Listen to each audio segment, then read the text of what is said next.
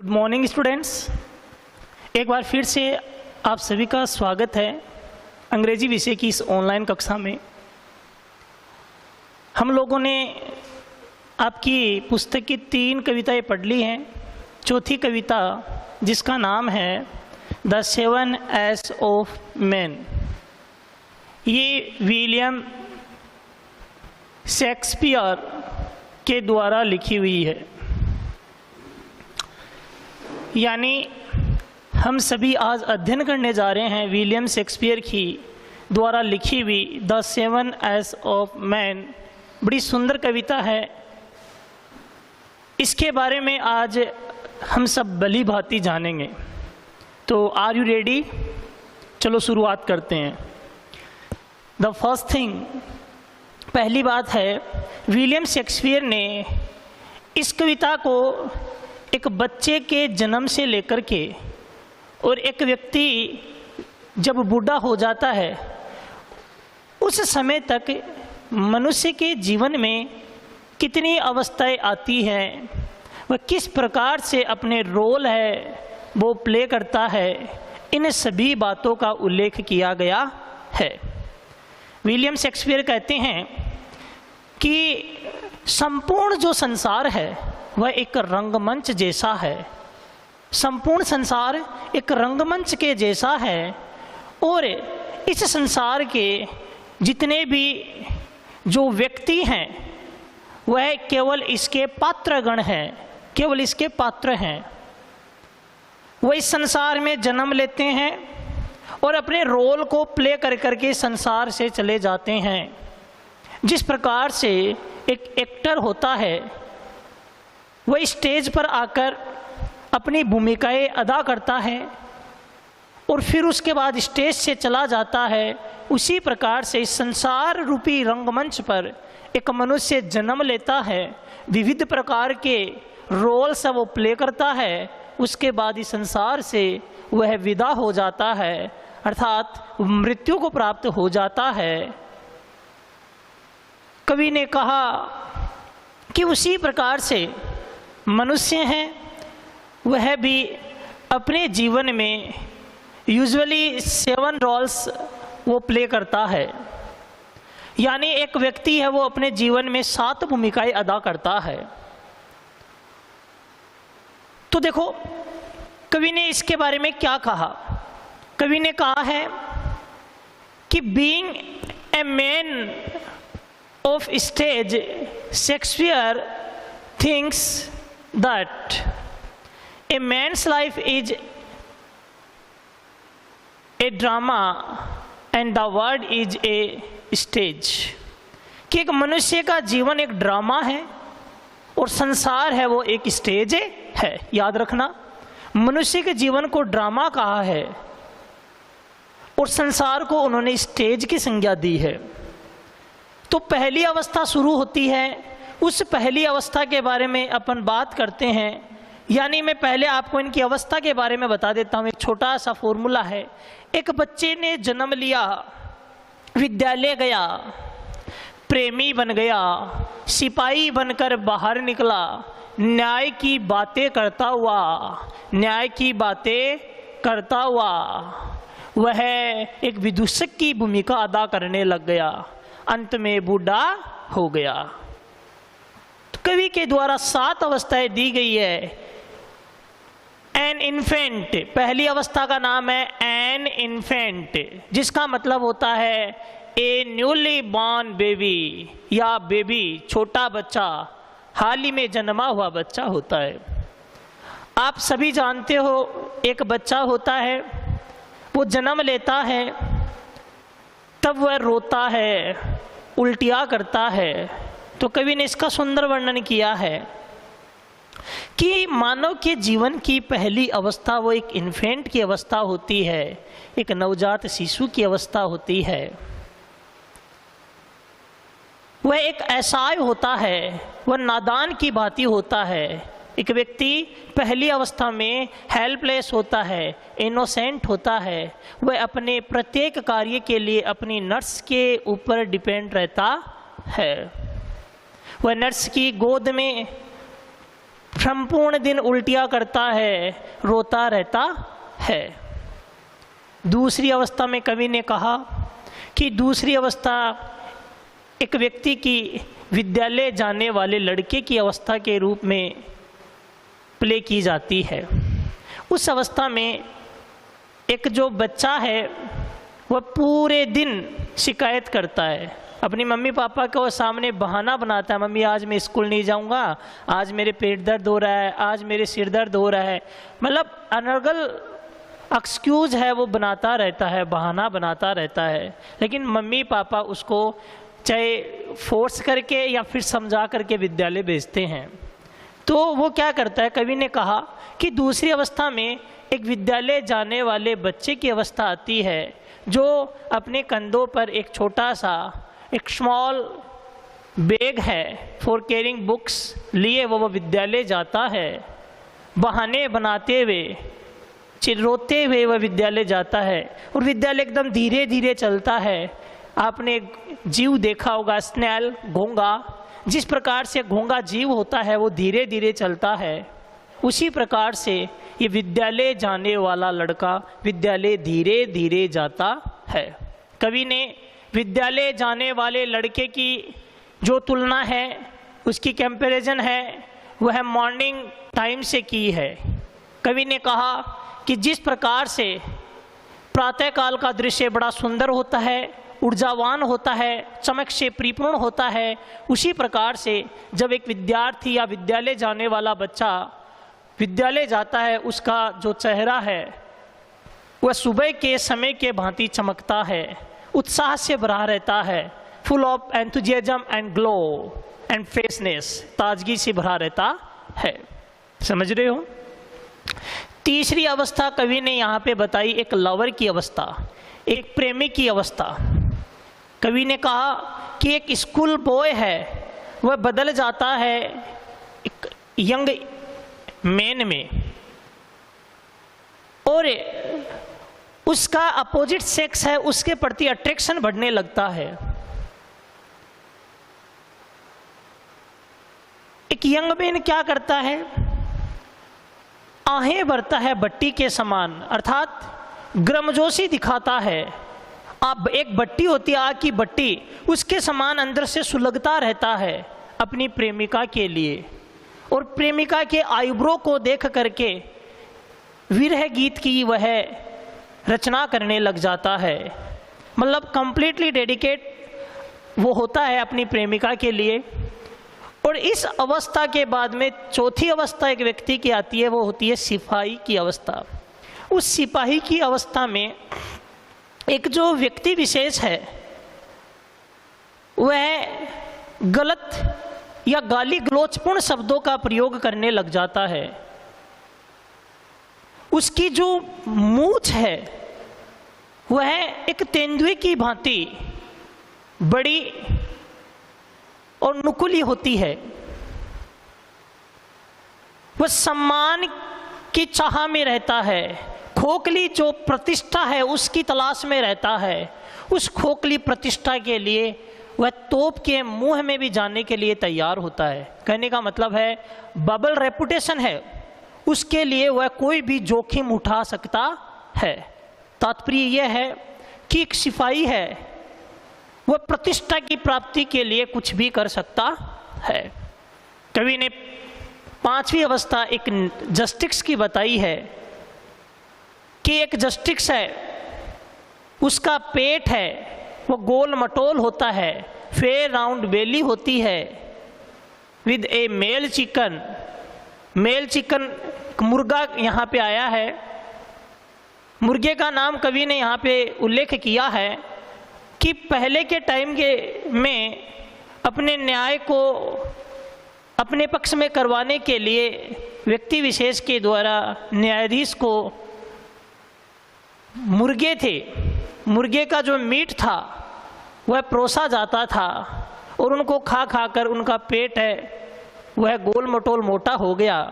तो कवि ने कहा कि जो पांचवी अवस्था में एक न्यायाधीश की अवस्था में एक व्यक्ति का पेट है वो गोल मटोल हो जाता है, उसकी दाढ़ी में फॉर्मल कट रहता है और वह बुद्धिमत्तापूर्ण उदाहरणों से, कहावतों से परिपूर्ण होता है।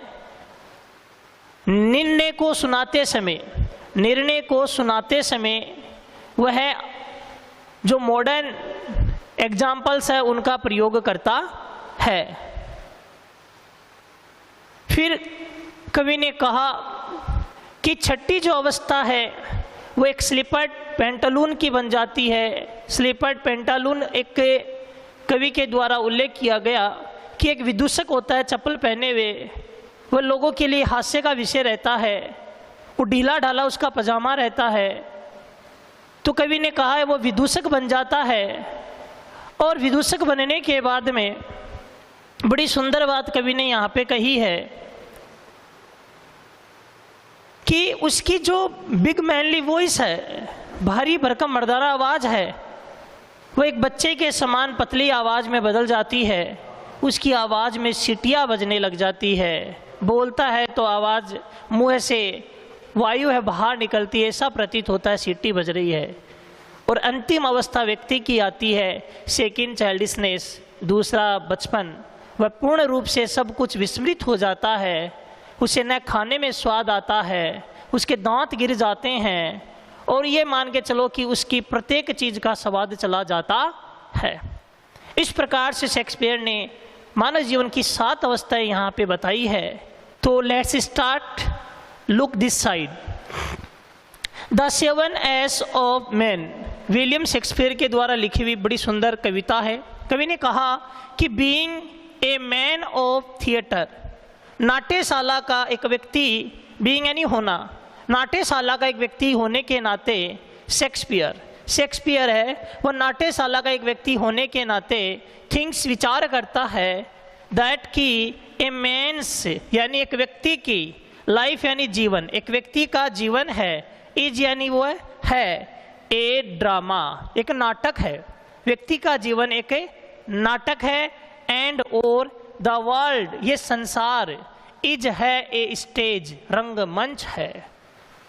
यानी एक व्यक्ति का जीवन है वो नाटक है, और ये संसार एक मंच है, स्टेज है, जहाँ पर व्यक्ति अपनी अलग अलग भूमिकाएं अदा करता है। ही वह है, ही शेक्सपियर के लिए है, सेज कहते हैं दैट की the world is a stage, संसार एक मंच है, वेयर जहाँ पर मैन एंड वुमेन यानी व्यक्ति, कहने का तात्पर्य है व्यक्ति और औरत, वो कम संसार में जन्म लेते हैं, एंड यहाँ कम का मतलब होता है जन्म लेना, आना, एंड और प्ले यानी भूमिका अदा करना, निभाना, दे आर असाइंड रोल्स, वह इस संसार में आते हैं और अपनी अलग अलग भूमिकाएं निभाते हैं। जस्ट एज एक्टर्स यानी अभिनेताओं और जो एक्टर्स है उनकी तरह, हु जो एंटर प्रवेश करते हैं, एंड लीव छोड़ते हैं द स्टेज उस मंच को, इन ड्रामा यानी जो क्या करते हैं कि स्टेज है उस स्टेज पर आते हैं और स्टेज को छोड़कर चले जाते हैं नाट्यशाला में या नाटक में। उसी प्रकार से मनुष्य संसार में जन्म लेता है और अपने इस संसार रूपी रंगमंच पर अलग अलग भूमिकाएं अदा करता है। एवरी मैन प्रत्येक आदमी यूजुअली आमतौर पर plays 7 roles in his life time, अपने जीवन में 7 अवस्थाएं प्ले करता है, निभाता है। पहले स्टेंजा का सार है, अभी स्टेंजा नहीं है, उनकी एक्सप्लेनेशन चल रही है। कवि ने कहा the first stage of life, जीवन की पहली जो अवस्था है वह is known as an infant. Infant का मतलब होता है बेबी, शिशु।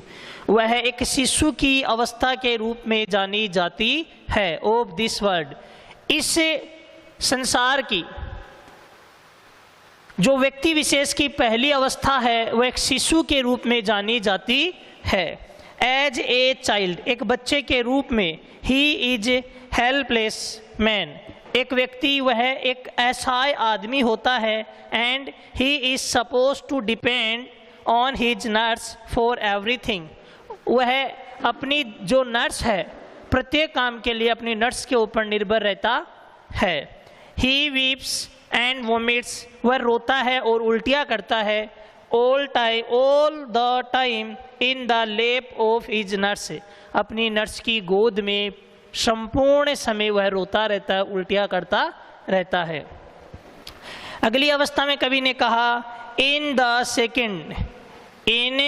सेकेंड स्टेज, दूसरी अवस्था में, इन द सेकेंड स्टेज, दूसरी अवस्था में, वी सी ए मैन, हम देखते हैं एक व्यक्ति को एज ए स्कूल बॉय, यानी एक स्कूल बॉय के रूप में हम उसको देखते हैं। आगे देखो, ही वह complains all the time on trifles, छोटी छोटी बात की वह शिकायत करता है।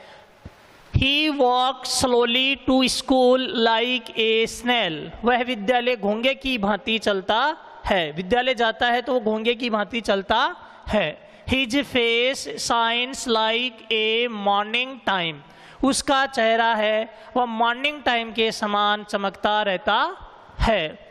अगली अवस्था में बताया गया यहाँ पे कि जो अगली अवस्था है वह एक लवर की अवस्था आती है। उसमें क्या कहा गया, ए स्कूल बॉय, एक विद्यालय जाने वाला जो लड़का है, ट्रांसफॉर्म्स, परिवर्तित हो जाता है, इनटू ये यंग मैन, किसमें, युवा व्यक्ति वह बन जाता है।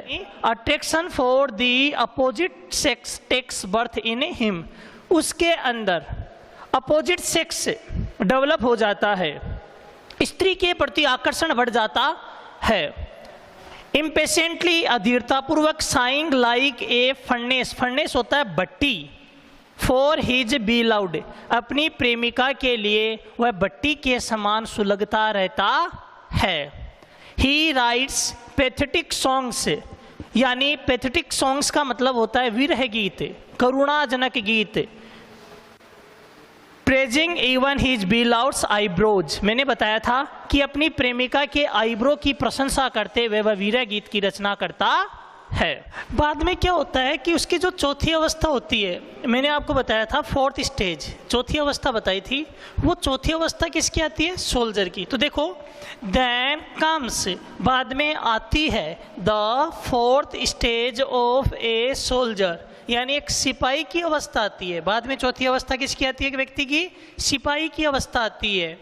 एट दिस स्टेज, इस स्टेज पर, इस अवस्था में, ही बिहेव्स ऑलवेज रूडली, उसका व्यवहार बहुत ही कटु होता है, खराब होता है, कड़वा होता है, क्योंकि वह क्या करता है, गाली गलोच पूर्ण शब्दों को काम में लेने लग जाता है। जैसा कि मैंने आपको बताया था, he uses offensive words and phrases, वह क्या करता है, गाली गलोच जैसे शब्दों को काम में लेता है। He wears a large and pointed moustache, उसकी जो मूछ होती है वो लंबी होती है और नुकीली होती है, किसकी भांति, लाइक ए लेपर्ड, एक जो तेंदुआ होता है उस तेंदुए की भांति उसकी जो मूछ है सैनिक की, वह क्या होती है, लंबी होती है और बड़ी ही नुकीली होती है। आगे, he is ready and quick in क्वेलिंग,